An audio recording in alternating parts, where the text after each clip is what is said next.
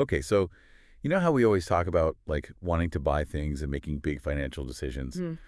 Well, there's this like kind of mysterious thing that really controls a lot of that, and I bet a lot of people listening don't think about it too much. Yeah, definitely. It's your credit score. Uh-huh. So like whether you can get a mortgage or how much you're going to pay for a car loan or even like if you can rent that apartment you really want. It all kind of comes back to that like three-digit number. It's true. It's like this really powerful number that follows you around, and a lot of people don't even realize how much it impacts their lives until like something goes wrong.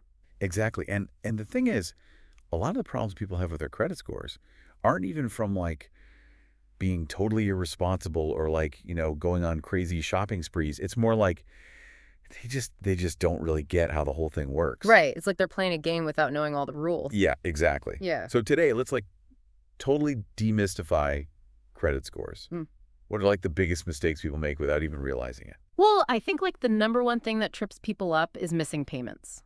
Oh yeah, like just sort of like straight up forgetting or something. Yeah, sometimes it's just an honest mistake, but like think about it from the lender's perspective. When they see that you're consistently paying your bills late, it makes them wonder if you're really serious about your financial commitments. So it's not just about like the late fees. It's like a bigger picture thing. Exactly. It's like a pattern of behavior and like a track record that lenders look at, your payment history is basically the foundation of your credit score.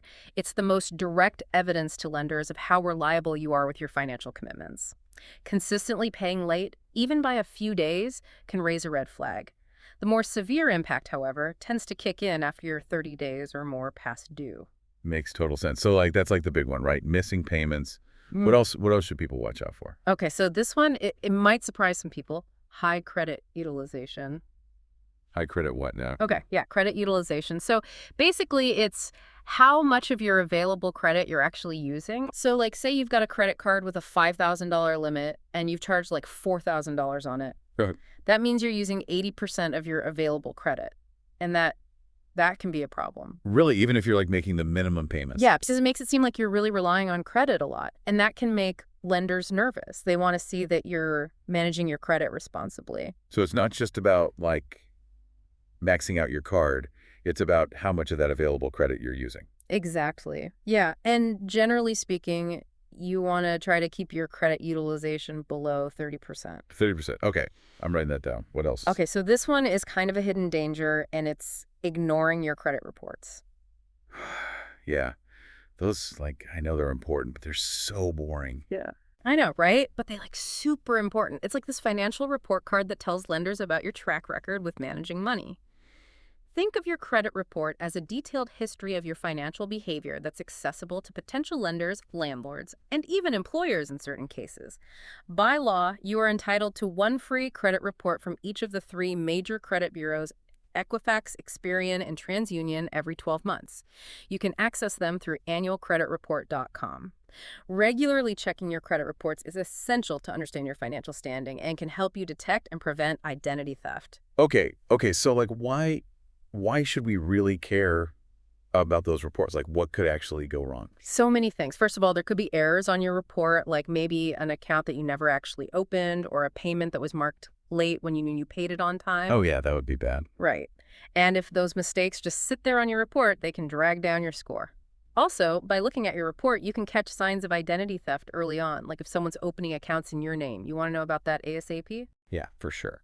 And the good news is that if you do find errors on your report, you can dispute them and potentially boost your score. Okay. So, like, it's worth the effort to check them. Definitely. It's like this financial health checkup that everyone should prioritize. And the best part, you can do it for free. So, we've talked about missing payments, high utilization, and ignoring reports. What other, like, credit score myths or misunderstandings are out there? Well, one I hear a lot is this idea that a bad credit score is just bad luck or some cosmic injustice, like it's the universe picking on them or something. It's easy to feel like you're at the mercy of this mysterious three-digit number that holds so much power. But remember, your credit score is a direct reflection of your financial habits and how you've managed your credit obligations over time. It's not about cosmic injustice. It's about your track record with credit. Right? It's like a direct consequence of our actions, not some random thing. Exactly. Okay, what else? Okay, so another one that I hear a lot is that just having a credit card and not spending a lot on it is enough to build a good credit score. Oh, yeah, I've heard that one too. Yeah. Like, as long as you don't, like, max it out, you're good. Right, but it's not quite that simple. You Yeah. see, simply having a card with a zero balance doesn't really tell lenders much about your repayment habits. You need to actually use the card and make consistent on-time payments to show them that you can handle credit responsibly. So it's like, it's not enough to just have credit. You got to use it and use it well. Precisely. Even small, consistent payments over time can have a big impact.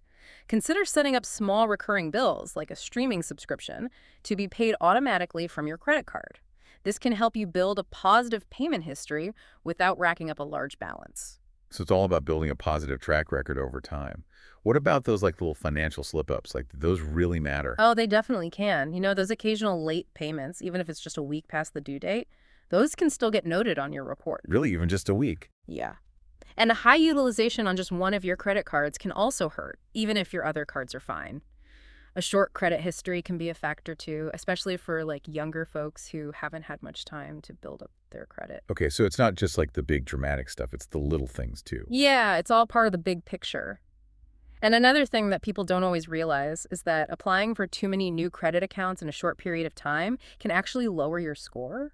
Wait, really? Why is that? So every time you apply for credit, it creates what's called a hard inquiry on your credit report. Okay.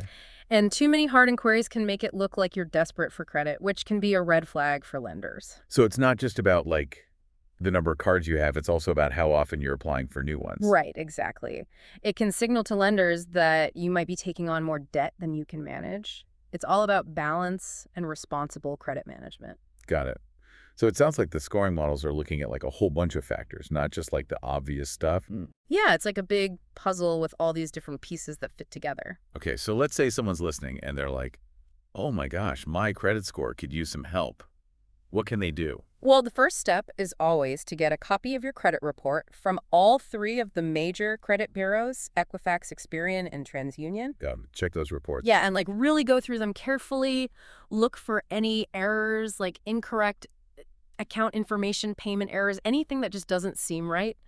And if you find something that's wrong, you can dispute it with the credit bureau and with the company that recorded the information. So be your own advocate. Exactly. And once you've got your reports sorted out, the number one thing you can do to boost your score is to pay your bills on time, every single time. Okay, no more late payments. Right. Set up automatic payments, put reminders in your phone, whatever you got to do to make sure those bills get paid on time. It's the simplest but most powerful thing you can do. Got it. Consistency is key. What else can people do? Well, another really important step is to start reducing your debt, especially those balances with high interest rates. Paying down your debts will not only improve your overall financial health, but it'll also lower your credit utilization, which we talked about earlier. So it's like a win-win. Exactly. And when it comes to paying down debt, there are a couple of different approaches you can take. Some people like to focus on their smallest balances first just to get those quick wins and build momentum. Others prefer to tackle the highest interest debts first to save money in the long run. So it's kind of like personal preference. Yeah, find what works best for you and just be consistent. Even small, consistent payments above the minimum can make a big difference over time. It's a marathon, not a sprint. Exactly. And speaking of marathons, remember what we said about applying for new credit? Oh yeah, be strategic. Right. Only apply for new credit when you really need it and resist those tempting offers for store credit cards just to get a discount. Got it. And of course, we can't forget about credit utilization. Right. Always aim to keep your credit utilization below that 30% threshold on each of your credit cards. It shows lenders that you're managing your credit responsibly.